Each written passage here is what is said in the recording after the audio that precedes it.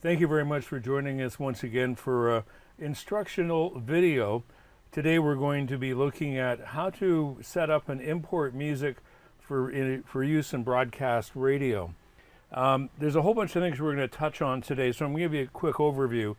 The first thing we're going to do is look at music selection, the music preparation. We're going to take the songs that we've selected and import them into an audio editing program so we can have a look at what goes on there. We're going to save those files, then we're going to bring them into our radio automation software, which in this case we're going to use DJB, and ultimately we're going to show you how to bring that same information into Natural Music, which is what we use for our actual music selection. So without further ado, let's start at the very beginning, if you will, about getting ourselves ready to import music into a radio automation system. The first step we want to look at is to actually select the music we want to import.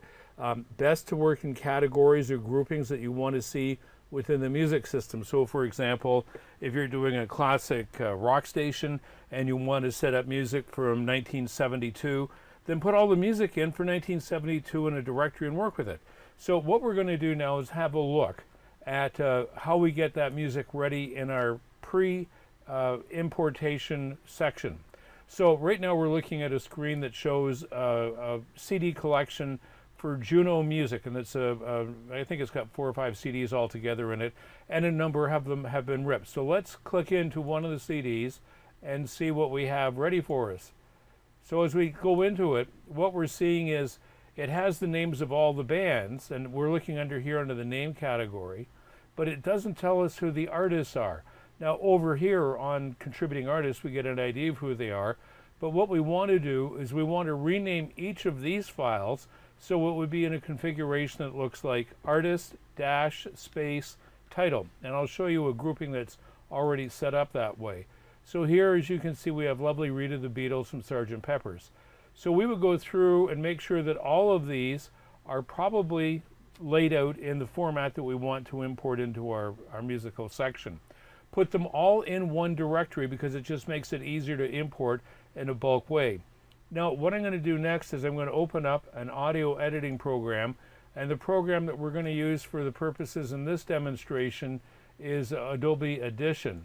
So what we do is we say, okay, we're going to import some of these files. So what I'll do is I'll just select one from the recording, the directory here, and we'll import it into the file. So I'll use the Beatles' Gotta Get You Into My Life. And there it is. Now we're using a system with a SSD, solid state drive, so it's very, very fast. I'm going to go back and delete this one and close selected files and go back to one of the ones we were just looking at, mostly because these have already been prepared for import, and I really want you to see what it looks like when you're dealing with a file that hasn't been prepared. So I'll stick this one in, and that gives you a better idea of what we're talking about. Now, the first thing we want to notice in here, and this is a pretty good rip, is the levels. If you look at where our levels are at, they're pretty consistent on the top and the bottom. What we really want to be concerned about in broadcast is two things. We want to get rid of leading space. We want to get rid of trailing space so we have a consistent sound.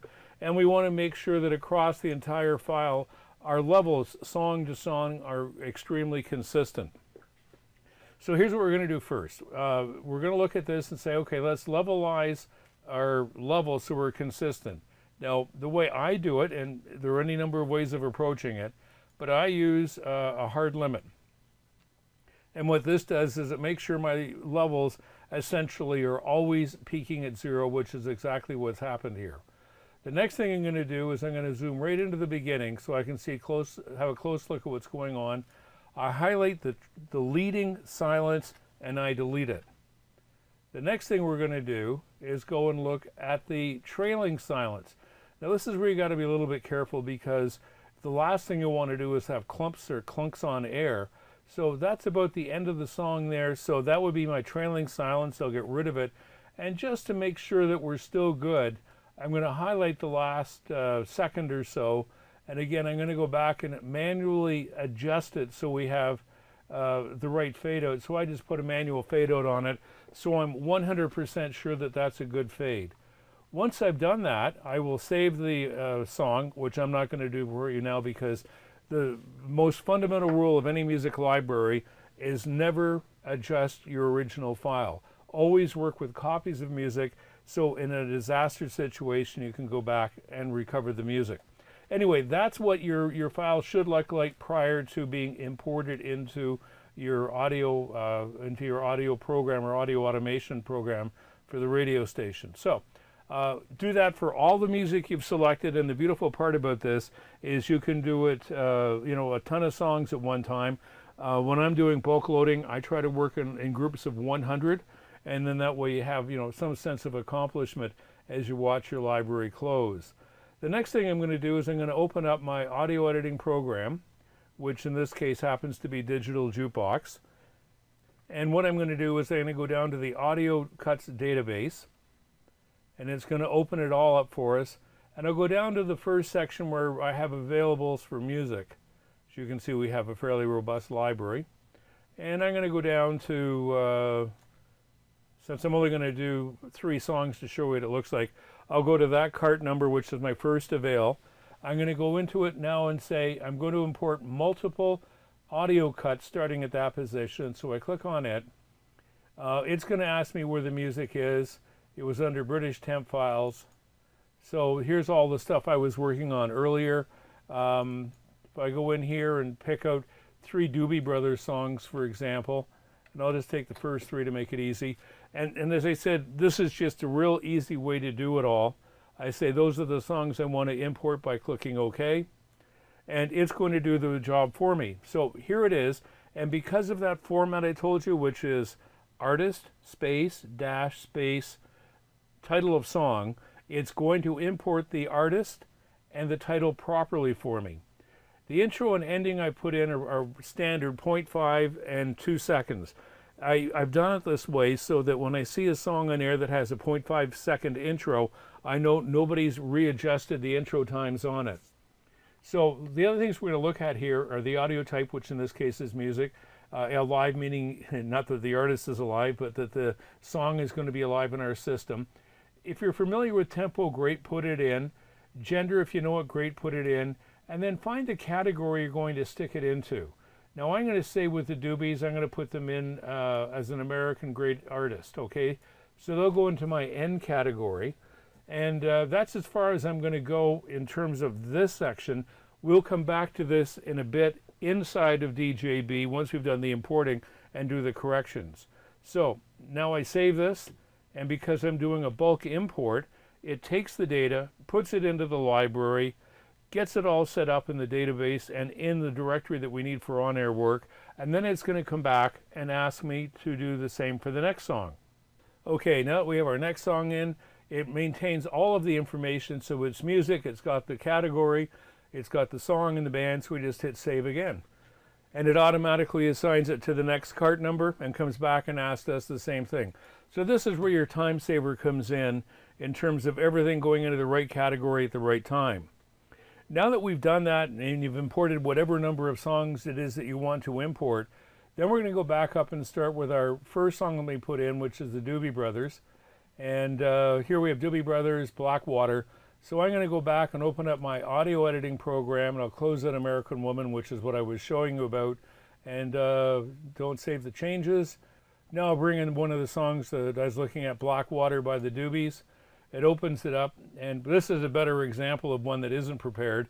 So let me just quickly get this caught up. I'm going to open up the hard limit so we get it set at all the right limits. I'm going to zoom in and have a look at leading and trailing space. This has kind of an interesting intro into it. There's your trailing silence. It's now gone. I correct the extra by putting a manual fade on it. I'm not going to go back and do something I haven't shown you because of this strange intro. And remember, the whole thing in commercial radio is to keep your levels relatively high. So what I'm going to do to offset some of the production that the band has done and to make it more suitable is I'm going to turn around and add in what they call a pop compressor filter on it. And what that will do is it'll take some of the passages and narrow down the dynamic range of the song for us, so we have something that's a little more fitting for what we're looking for in radio.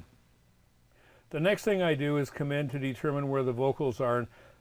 We don't really want to play any of these songs because of copyright in this video, but let's say hypothetically that's where the vocals hit. It's at 11.5 seconds. So I go back into DJB again, and I go down here to the intro, and I go 11.5.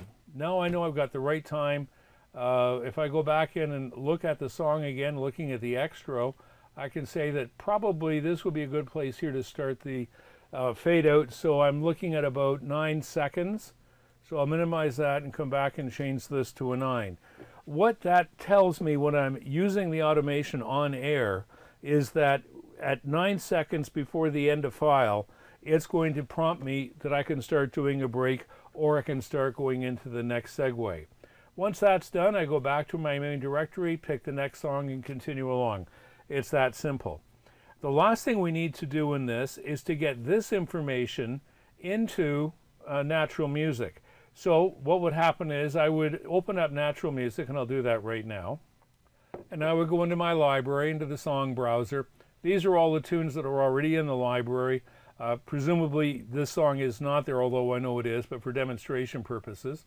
So when I come back in here, I'm going to actually go into DJB. It tells me that Blackwater is cart number 4356. So then I would go back to Natural Music, and I would add a new song, and I put in like Blackwater. And the way I always found it easiest to do it is simply copy and paste, because it just makes life so much easier. So by putting in Blackwater is the name of the song, so I've got it copied in. If I come down here to the Doobie Brothers, there we go. So it has the band already in there. Then I put the length of the song in, end type fade, intro time, which was 11.5 seconds, 9-second fade. I put it into the category I want, which we had determined already was going to be my American Greatest Hits, which in this system is N, and we're all set to go. As you move forward with your library, there are other categories you want to fill in. You can get into coding, which tells you tempo, intensity, that sort of thing, style, whatever. You got album data, what album it came from, publishers, composers, which you need for reporting for royalties. You've got your various internet links, which you can add into it for on-air hosts, and some of the background information on the song. These are, I call, luxury items. It's not going to make the song play any better on air, but it will help in your selection. So when you get time as a music director, these are the jobs that you go back and do when time is available. Anyway, that just about covers the whole thing. So anyway, it's warning me I already have it in it, so I'm not going to worry. I'm going to close it out, and we're all set to call it a day. Again, thank you very much, and we'll have a lot more videos coming along covering all the aspects of running a radio station and the things you'll need to know in various jobs inside of broadcasting.